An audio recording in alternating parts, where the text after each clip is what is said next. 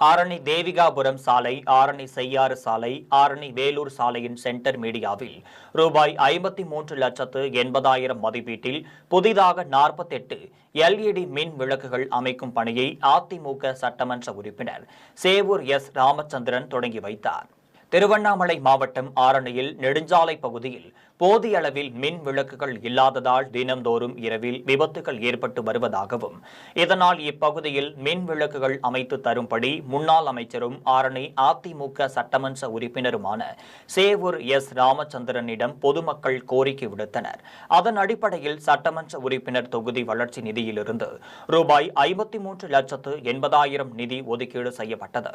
இதையடுத்து ஆரணி சட்டமன்ற தொகுதிக்குட்பட்ட ஆரணி தேவிகாபுரம் சாலை, ஆரணி செய்யாறு சாலை, ஆரணி வேலூர் சாலைகளின் சென்டர் மீடியாவில் புதிதாக 48 LED மின் விளக்குகள் அமைக்கும் பணிக்கு அதிமுக சட்டமன்ற உறுப்பினர் சேவூர் எஸ். ராமச்சந்திரன் பூமி பூஜை செய்து பணிகளை தொடங்கி வைத்தார்.